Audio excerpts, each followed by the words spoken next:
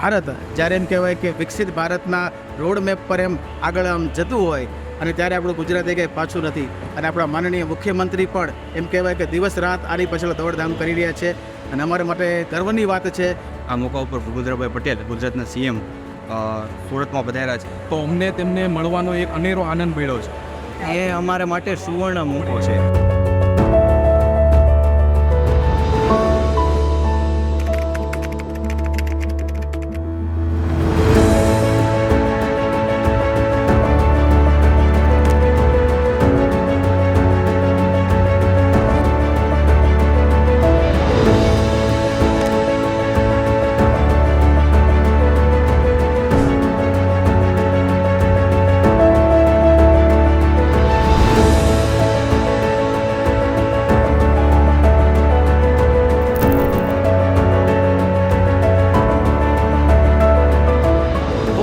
અમારી સાથે Surat related, Gujarat related, education, food જેવી ઘણી બધી વાતો પર એમણે વાત કરી અને સુરતીઓ પણ આઈ હોપ કે બહુ ખુશ થશે આ વાત જાણીને.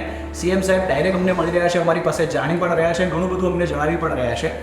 સરકારશ્રીએ પહેલ કરી છે કે હકારાત્મક અભિગમ સાથે માહિતીઓનું આદાન પ્રદાન થાય. ઘણી બધી ચર્ચાઓ એવી હતી જે સુરતના કે પછી આપણે ગુજરાતના ડેવલપમેન્ટને લઈને હતી. અમારું જે પ્રોસ્પેક્ટિવ અને અમને જે આઉટપુટ મળ્યું છે એ કાફી બહુ ફ્રૂટફુલ હતું. જ્યારે બિંગ અ બિઝનેસ ફિમેલ ઓન્ટરપ્રનર્સ આ એક અવોર્ડ કરતાં પણ બહુ મોટી વસ્તુ છે જે તમને ઇન્સ્પાયર કરે છે. તો આવી રીતે જ ઇન્સ્પાયર થઈને એમ થાય છે કે હવે ઘણું સરસ કામ કરીશું. 25 વર્ષ પછી ગુજરાત કેવું હશે એ આજે એ લોકો એના ઉપર વર્ક કરી રહી છે. મને એવું લાગે છે કે આવી ઇવેન્ટ્સ ખૂબ જરૂરી છે અને જ્યારે ઓથોરિટીઝ આવું એક પગલું લેતી હોય છે કે ભાઈ તમે આવો, વાત કરો અને સાચી માહિતી લોકો સુધી પહોંચાડો, એક સરસ સુંદર ઇનિશિયેટિવ હોય છે. જ્યારે તમારા લીડર થોટફુલ હોય તો લીડરશિપની વાત જ કંઈ અલગ હોય.